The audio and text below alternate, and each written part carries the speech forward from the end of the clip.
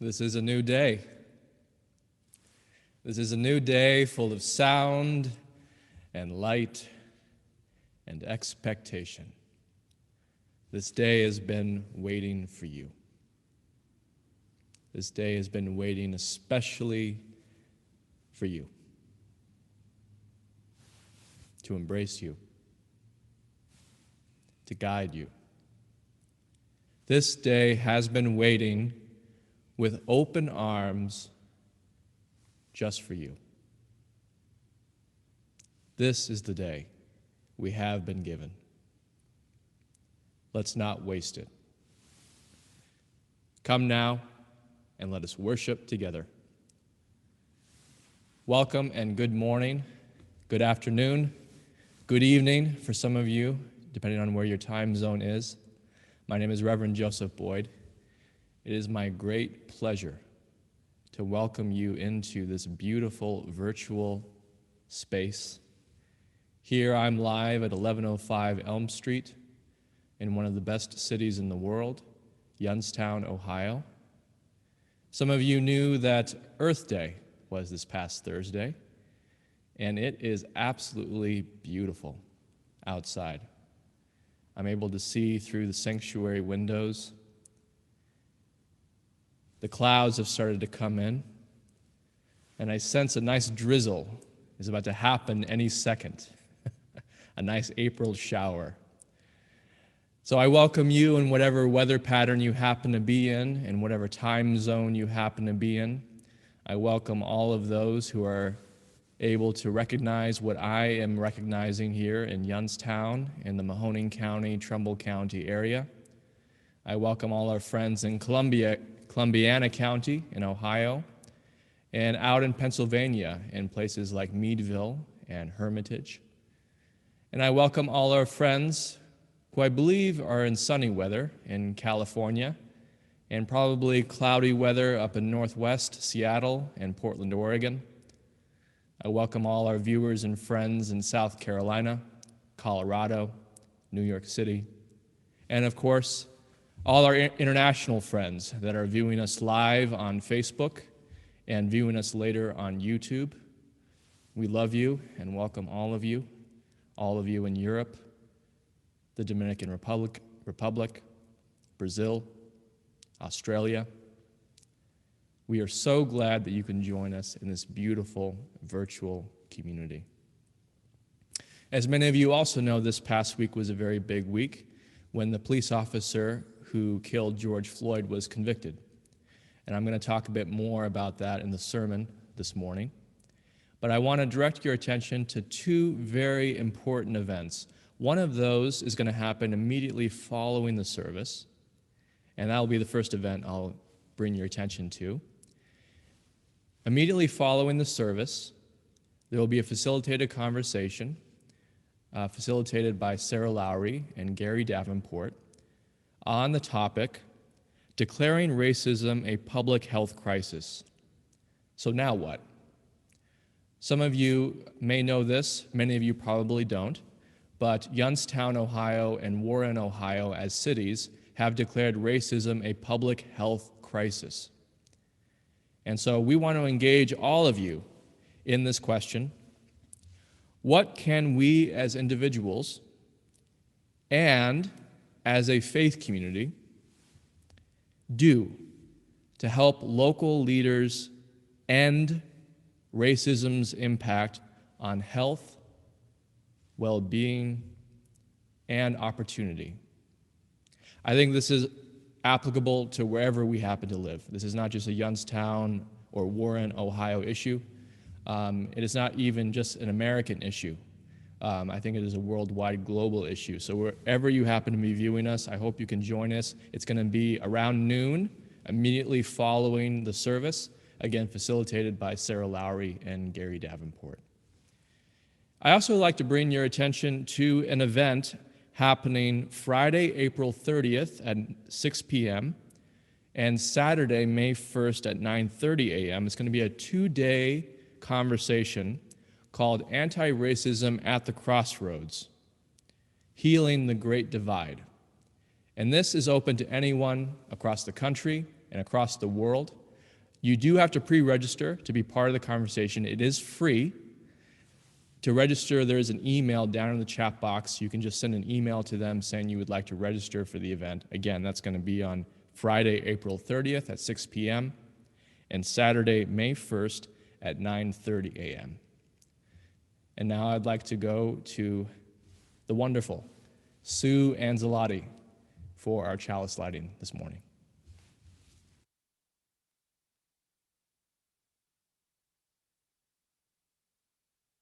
Grief, I need to mention the most awful moment of my life. That is when my husband of 35 years, Frank Ancelotti, died on our flight home from Mexico in 1998. He had undiagnosed heart issues and died of arrhythmia when we changed altitudes flying into Cleveland Airport. At first, I was sure I wouldn't survive, but then I learned I had a strong spirit within me. Maybe this is the Holy Spirit that Christians talk about. This spirit made me realize I needed to be grateful for my own life and live as well as I could. I started thinking, who am I? What part of my present life did I choose? And what was influenced by my husband, my children, my community? I have always been a practicing visual artist and community volunteer, but I started taking on activities I never tried before. Among other things, I took the Master Gardener volunteer course at Mill Creek Park. There I found new acquaintances, a renewed enjoyment of nature, and became reacquainted with Jim Ray. Jim is a justice activist, Presbyterian minister, and very kind man who I eventually married. He brought me into a larger circle of friends, family, and life. There were difficulties also for my 3 adult children who missed their father and went through some hard times. My diagnosis of lymphoma was scary, but curable. I hope all this has made me a more sympathetic and forgiving human being. Over time, I have learned that grief never actually leaves, but becomes part of you. Not that you feel miserable every day, but it deepens your knowledge of yourself. In lighting this chalice, we acknowledge our changing, grieving, enjoying, and hopefully becoming more than before.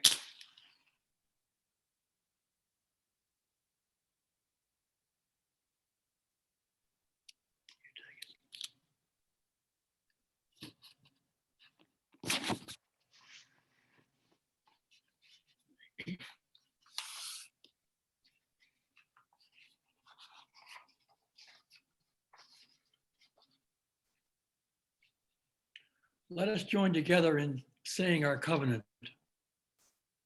Love is the spirit of this church and serveth its law. This is our great covenant.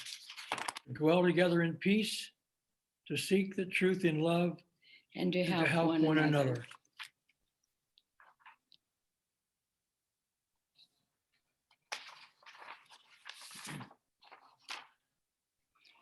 Each month, we give to an organization that supports transformation in our community, which is the heart of our mission. In our church's historic commitment to the well-being of our community, we give 100% of our offering to those in need. UUYO's Give Away the Plate recipient for April is Northeast Ohio Black Health Coalition. The Northeast Ohio Black Health Coalition is a social justice organization created to address the impact of racism on African American disparities, including policy inequities, historical trauma, food insecurity, research, behavioral health and addiction, health promotion by working to empower, educate, and advocate for health equity in underserved communities. Here is a video showing you the great work that they do.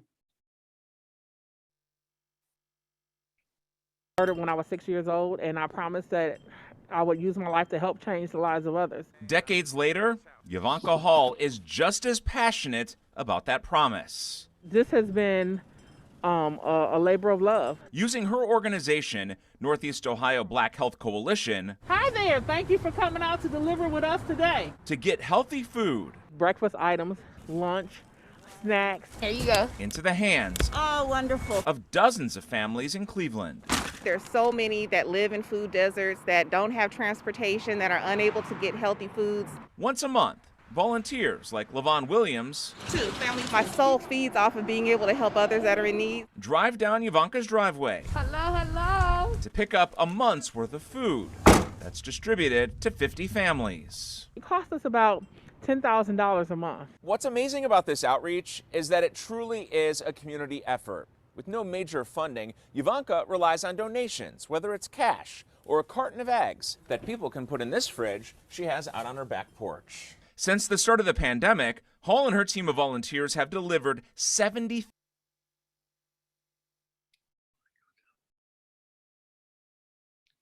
Okay, I guess you have to go. We will now receive the offering that supports the life of Youngstown, the Mahoning Valley, and our wider world.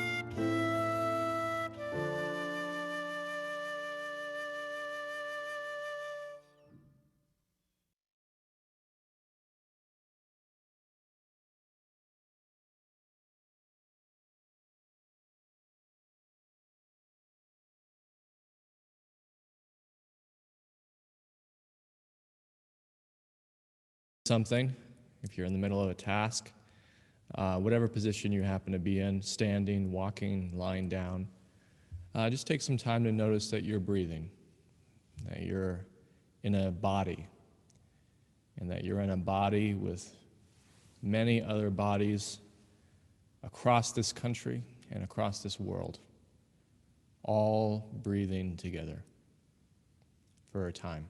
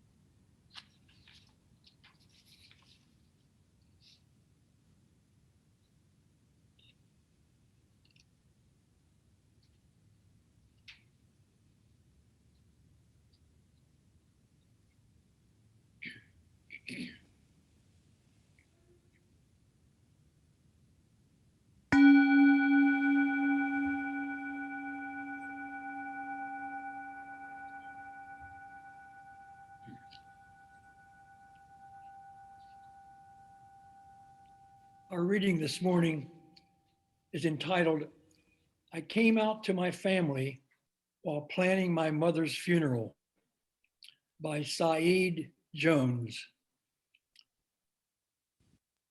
He writes, my Uncle Albert is good with death. When my grandfather died, Albert guided my grandmother and the rest of the family through the countless decisions that have to be made in order to put a loved one to rest. Over the years, he stepped into this role over and over again without complaint. Throughout the time my mother was in a coma, and then during the flurry of errands leading up to her funeral, my uncle was the easiest person for me to be with. In a family of mostly women, I had never expected to be the kind of man who fled their company, relieved to just sit in silence with my uncle.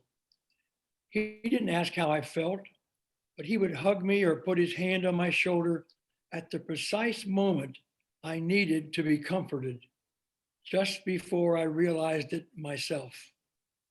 He seemed to thrive on creating a sense of order, on understanding the tasks to be taken care of.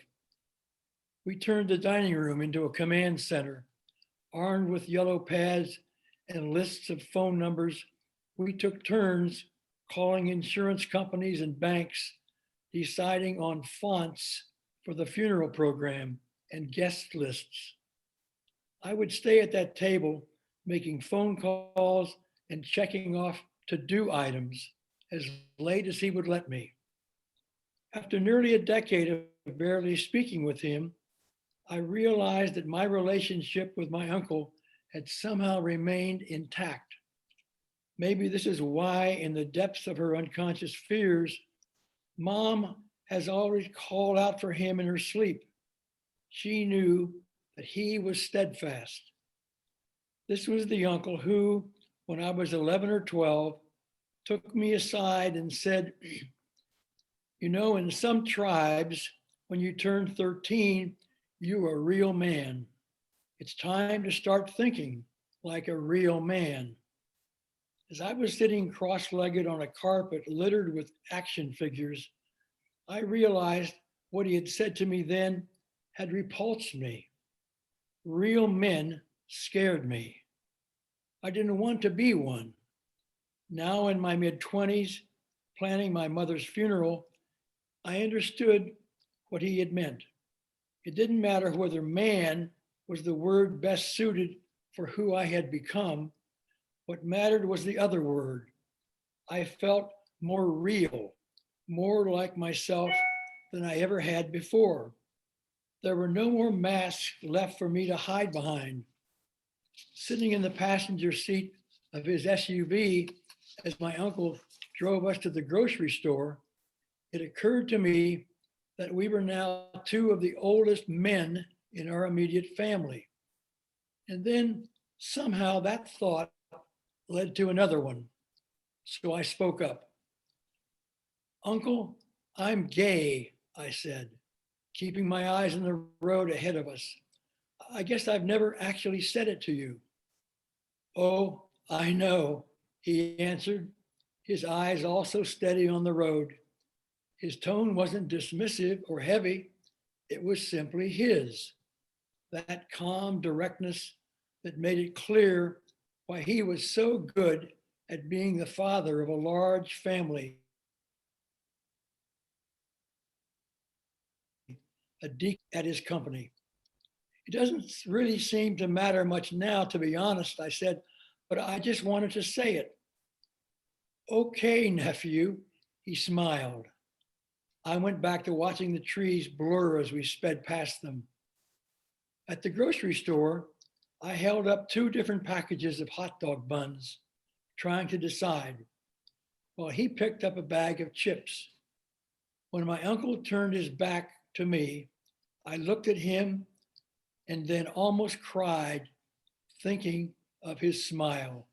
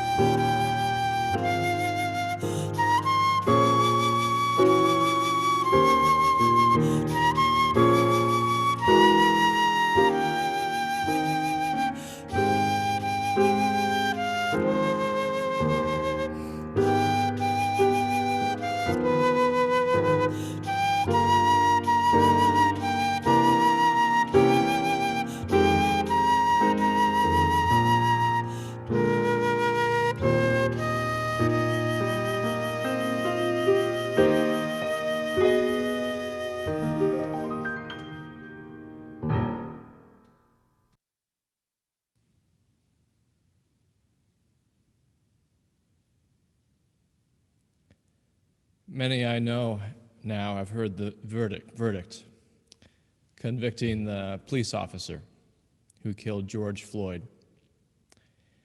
And I know some of you have heard the responses from Floyd's family and others in understanding what this verdict means, personally, culturally, for all of us. What has been shared is the enormous toll this has taken, the enormous amount and enormous number of protests to hold one person accountable for one person's death. But as we all know by now, it's not really just one person, not just one police officer, and not just one black male in America, in Minneapolis, Minnesota. It's about all of us. The stories we tell and the ones we've ignored for so long. It's about each and every one of us.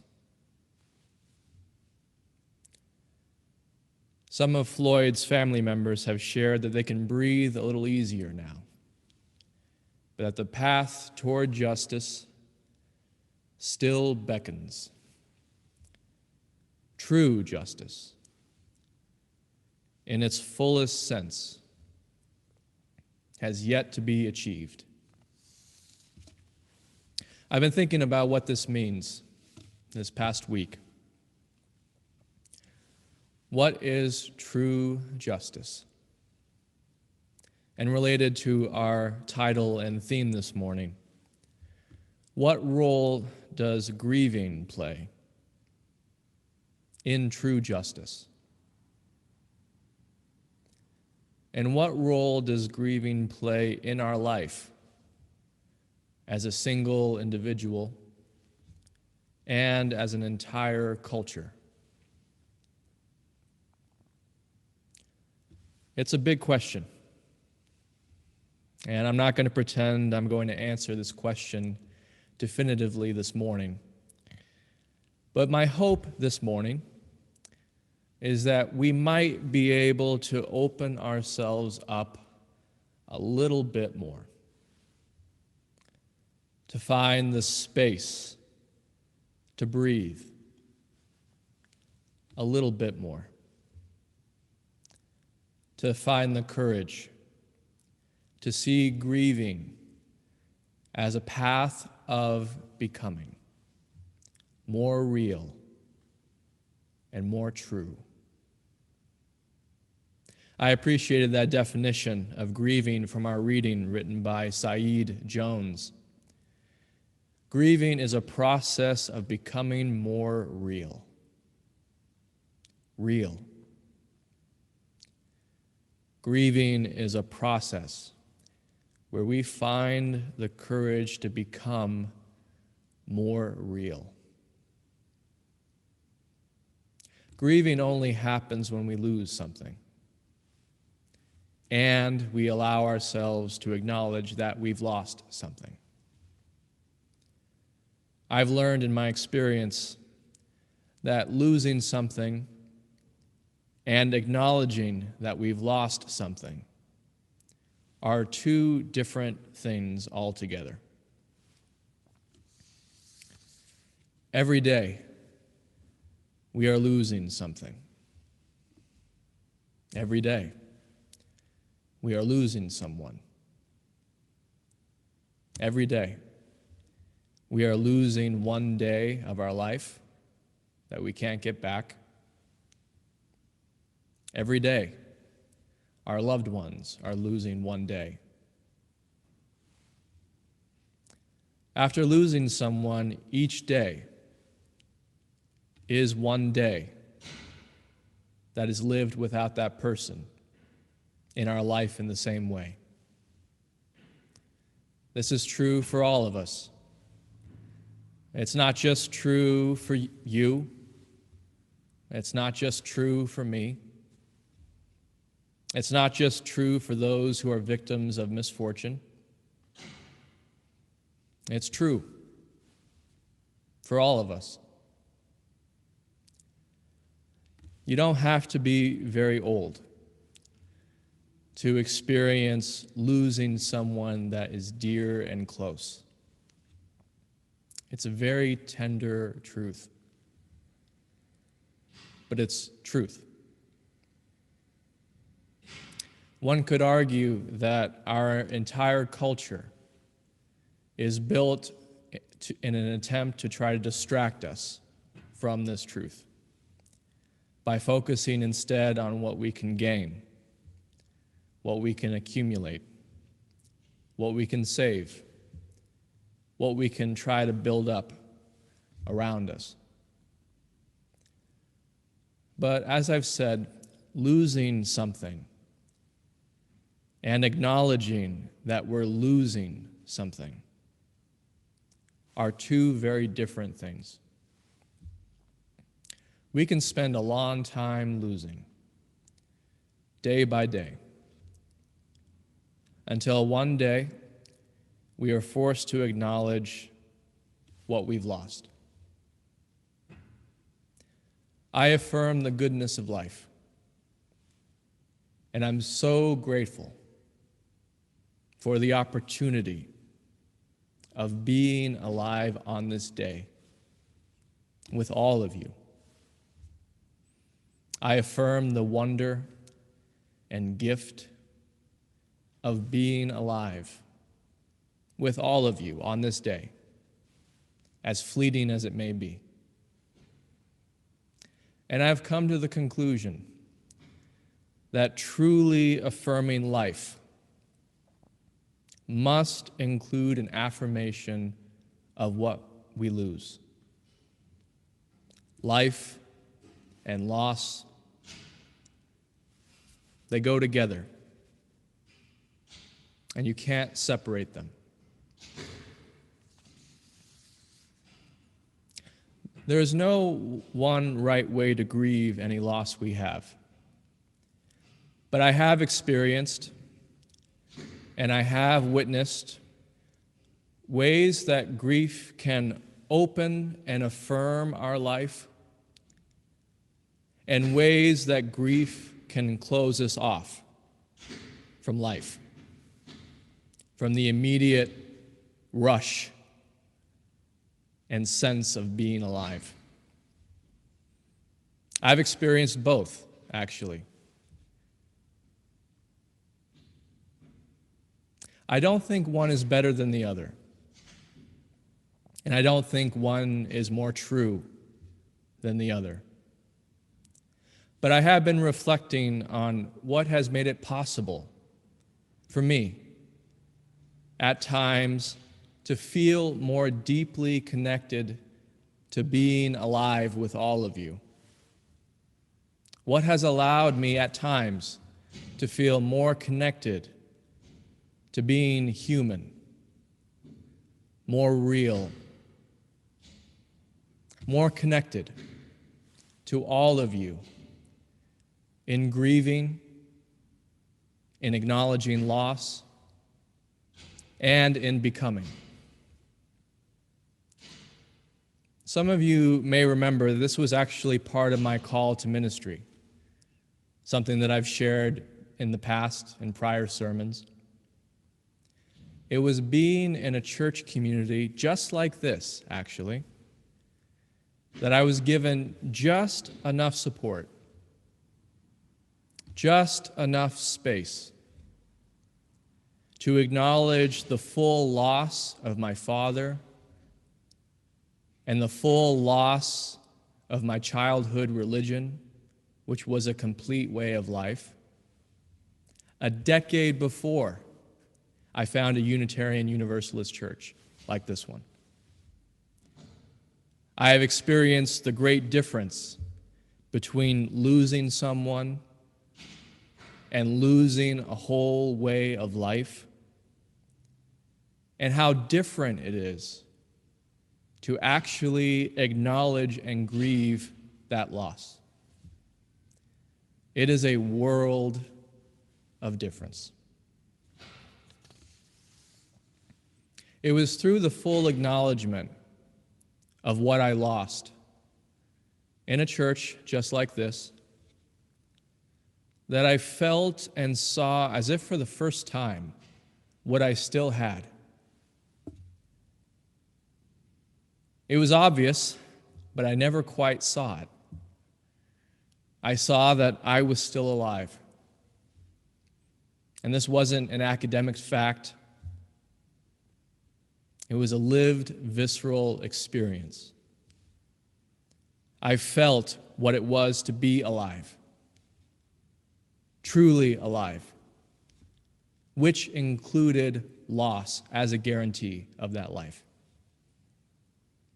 I knew viscerally life is vulnerable and tomorrow is not promised to me and not promised to you.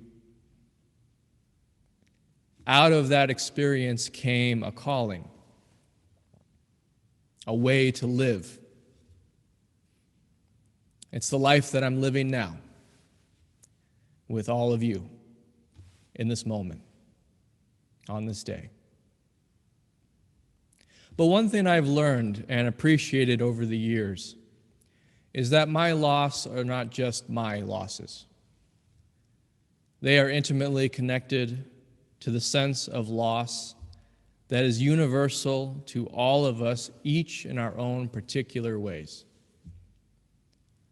I have seen more clearly over the years, and thanks to all of you, how my story is not just my story. My story is part of the human story, a unique manifestation of what is true for every single one of us. I think it is very tempting to see loss and death as the enemy of life, as the antithesis of life, because it's so hard sometimes, and it knocks us over, and it shocks us, and it doesn't really make any sense. And it seems so unfair and so unnecessary. All of these feelings are true. But there is more to it than that. If we can stay with it, acknowledge it, with the support of a community like this, I think we get a chance to become more real. It seems on the surface that what will make us happy is the exact opposite of reality. We think what will make us happy is the belief that we'll live forever, the sense that we're not really aging, the hope that things will stay the same, and everyone we love, including ourselves, will stay the same. It seems that if we could just make that true, we could be happy.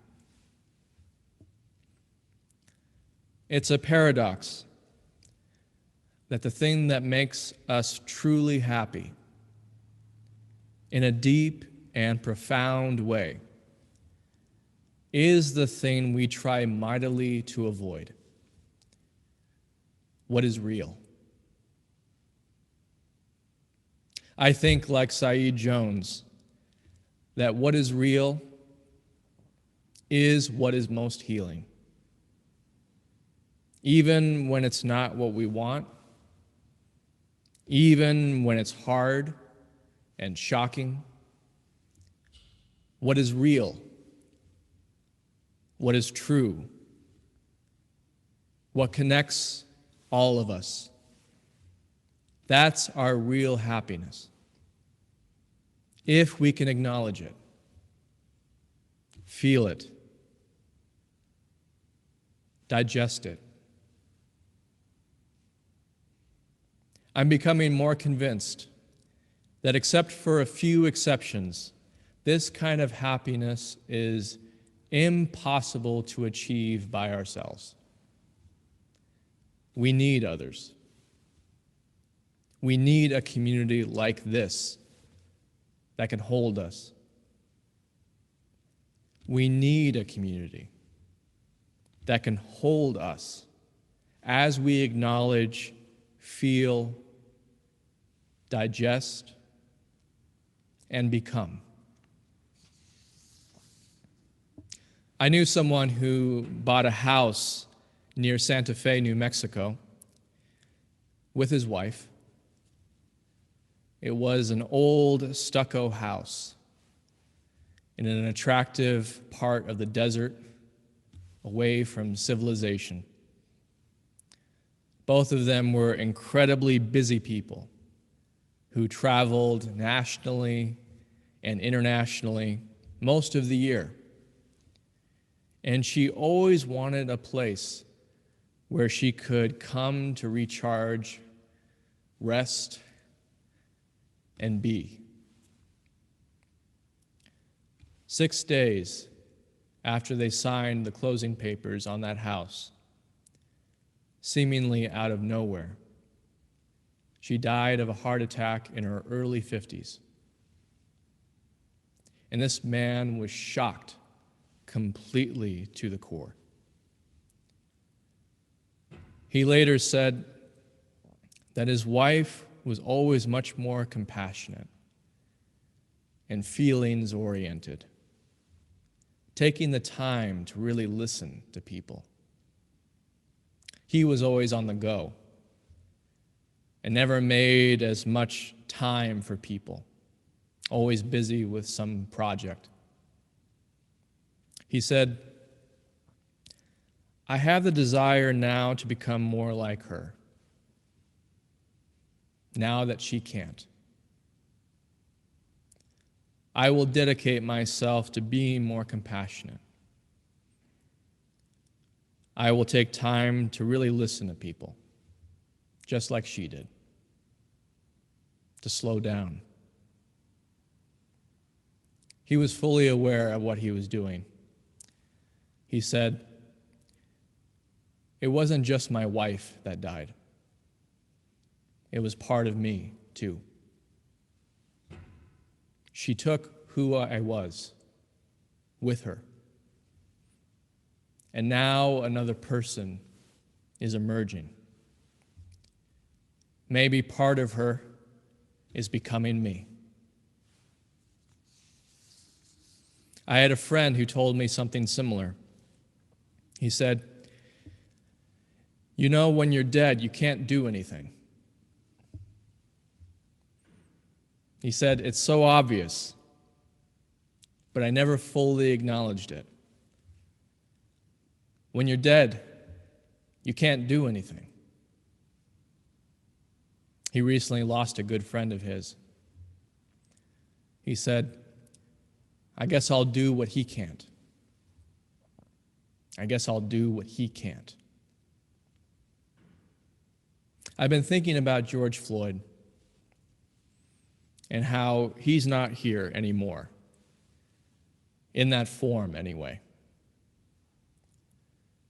His life has become our life. What can we do now that he can't? I think there is a lot that we can do. And it begins with becoming more human, more real. I see in the next months, and perhaps in the next years, it will be important to take time to acknowledge what we've lost in this past year. For each of us, that might be a different acknowledgement. But one thing gives me comfort. One thing that is real and true. All of our losses, various as they may be, are connected. Not one of them is isolated. Not one of them is completely alone. Each loss we've had is also our community's loss. And imagine if we lived that truth every single day. Who would we become if we could acknowledge this truth? I think we would spend more time in tears, and I think we would spend a lot more time laughing. I think we would spend less time worrying about innocuous things. I think we would take more time to listen to each other, to respect each other. I don't think we would need to spend as much time protesting. I think our view of justice would widen to include more than condemnation and punishment. It would include how we can also support each other in finding redemption, transformation, and healing. I think we would be able to move out of the story of perpetrator and victim into the truth of reality, which is person and person. We would see ourselves differently, and we would live differently. And not because someone told us to, or because someone would punish us if we didn't. We would fear reality less. We would respect loss as a truth of living. And we would find a way to use that truth to be kinder toward each other, more gentle, more sincere, more courageous. We would see racism finally for what it is, an insidious attempt to avoid reality, to avoid the reality that we are bound up with each other always and forever. Racism offers the lie that we are entitled to gain based on birth or color of skin or circumstance. And the promise of gain is always a destructive lie. The lie that we can gain at the expense of someone's loss. That is a lie.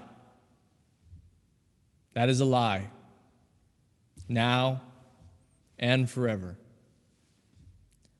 The truth is, one person's loss is the world's loss. And the truth is, my loss, your loss, is the world's loss. Acknowledging that, we realize what we've always had, our humanity, which is deepened and affirmed by what is real.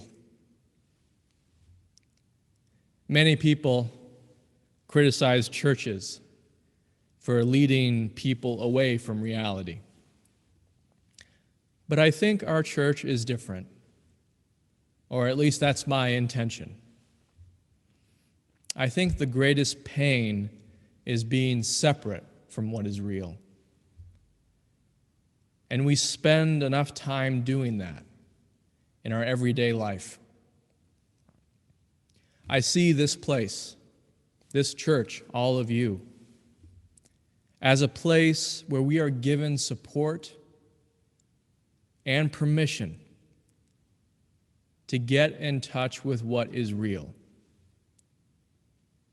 And love is the most real thing.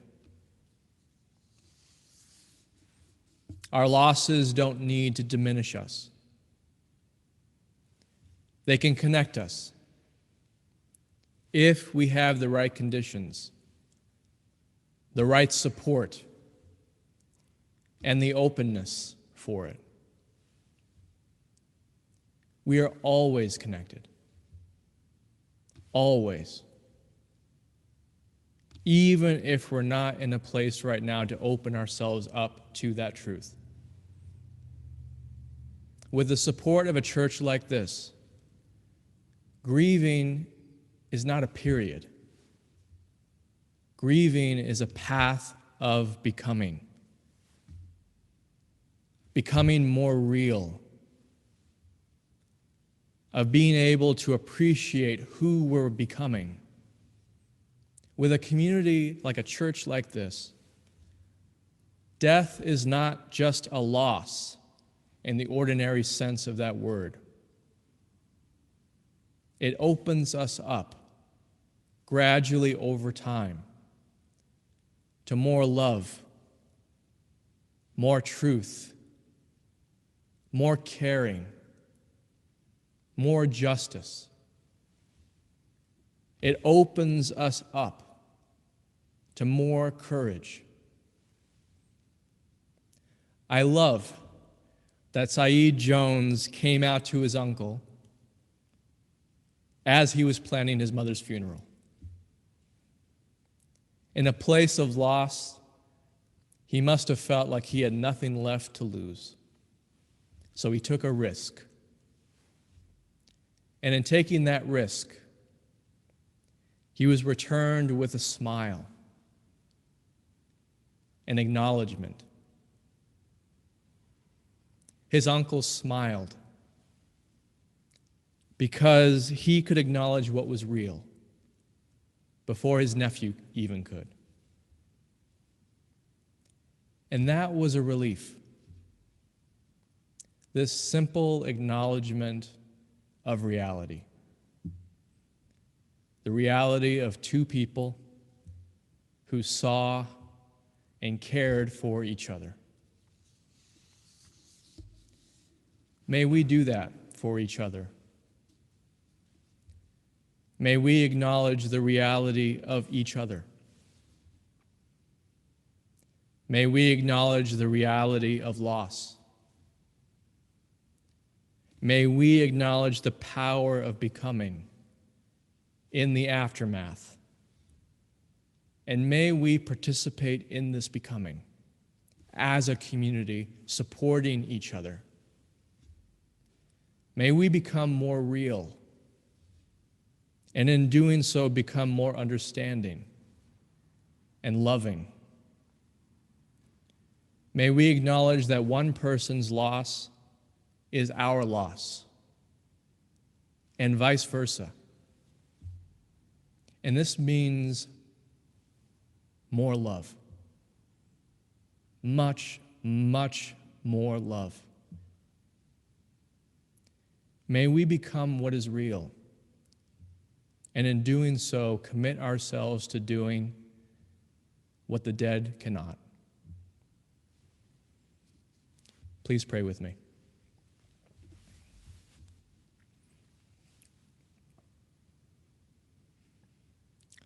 Spirit of love, we are grateful to be alive with each other on this day as a community. We are grateful to have breath. We are so grateful to still have this earth that supports and sustains us. We continue to pray for the family of George Floyd and for the family of the police officer. We pray for this entire country and this entire world that is seeking healing. Please help us to open ourselves up to what is real. Please help us to recognize the ways we are supported and the ways that we can support others. All this we pray. Amen.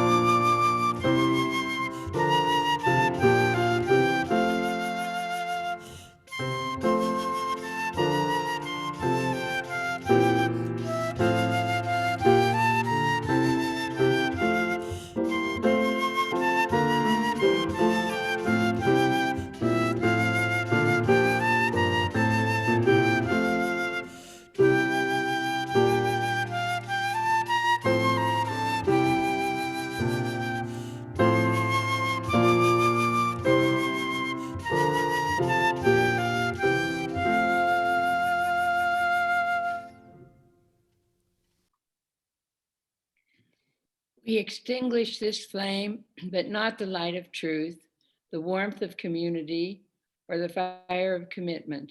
We keep these in our hearts until we meet again.